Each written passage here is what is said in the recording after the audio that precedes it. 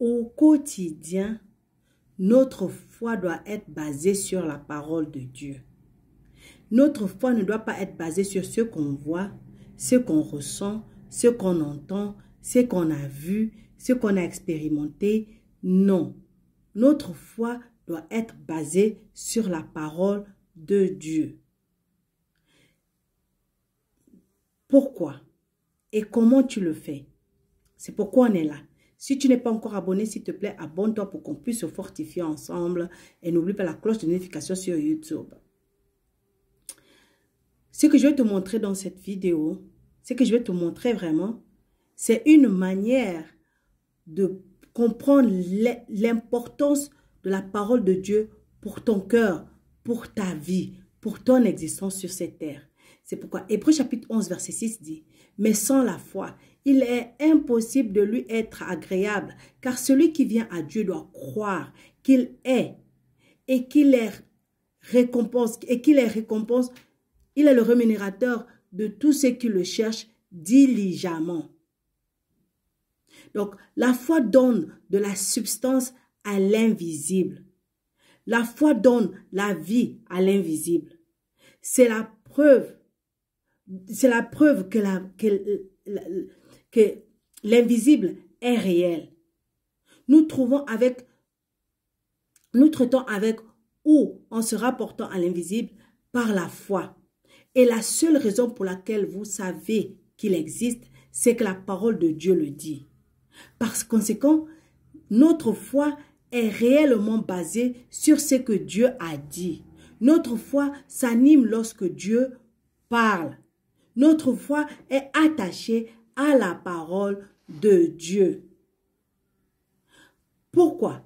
Parce que 1 Jean chapitre 5 verset 14 dit, « Et c'est la confiance que nous avons en lui, que si nous lui demandons quelque chose selon sa volonté, il nous écoute. Sa parole est le fondement et la confiance de notre foi. Sa parole est immuable et irréfutable. C'est ce qu'on appelle la parole infaillible, parfaite, fiable et toujours sûre. Quand Dieu a dit à Abraham, « Je t'ai fait père de nombreuses nations », peu importe qu'Abraham et sa femme Sarah soient déjà trop vieux pour avoir des enfants.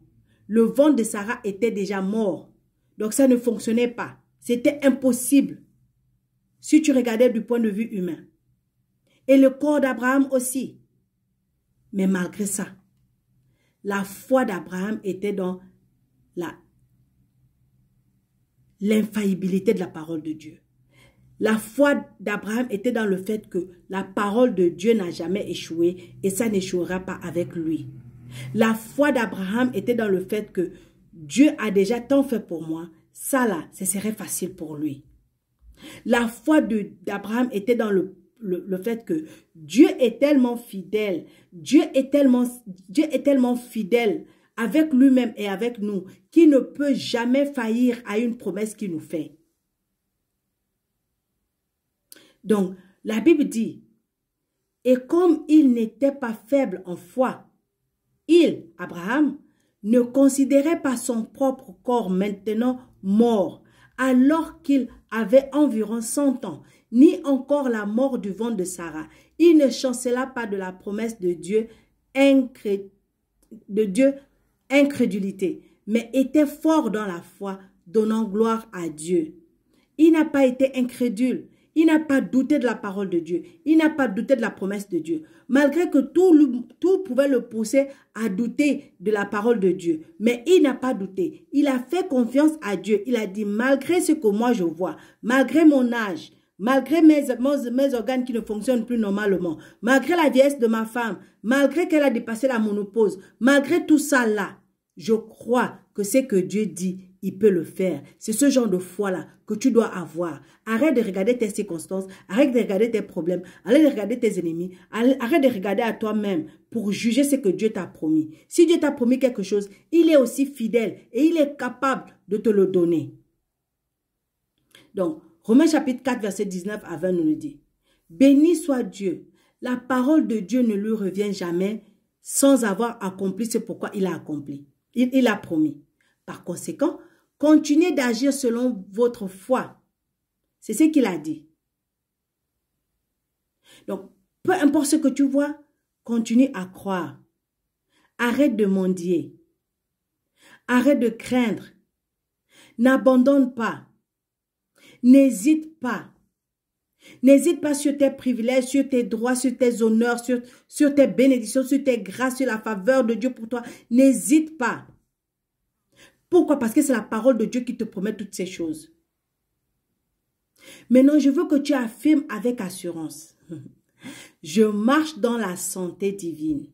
Je marche en abondance financière. Je marche dans la paix de Dieu. Je suis un succès. J'ai du succès dans tout ce que je fais. Je suis plus que vainqueur. Je suis un roi dans cette vie. Et je gagne à tous les coups. Tout ce que Dieu m'a promis, je reçois. Je marche dans la faveur. Je marche dans la grâce. Je marche dans les portes ouvertes. Rien ne m'est impossible. Et rien ne peut enlever tout ce que Dieu a promis pour moi. Pourquoi? Parce que je suis un enfant de Dieu. Hébreux chapitre 13, verset 5 à 6 dit, il a dit, pour que nous pouvons dire hardiment, sa parole est la base de notre confession remplie de foi. Si tu n'as pas encore commencé, commence à remplir ta vie de confession de foi.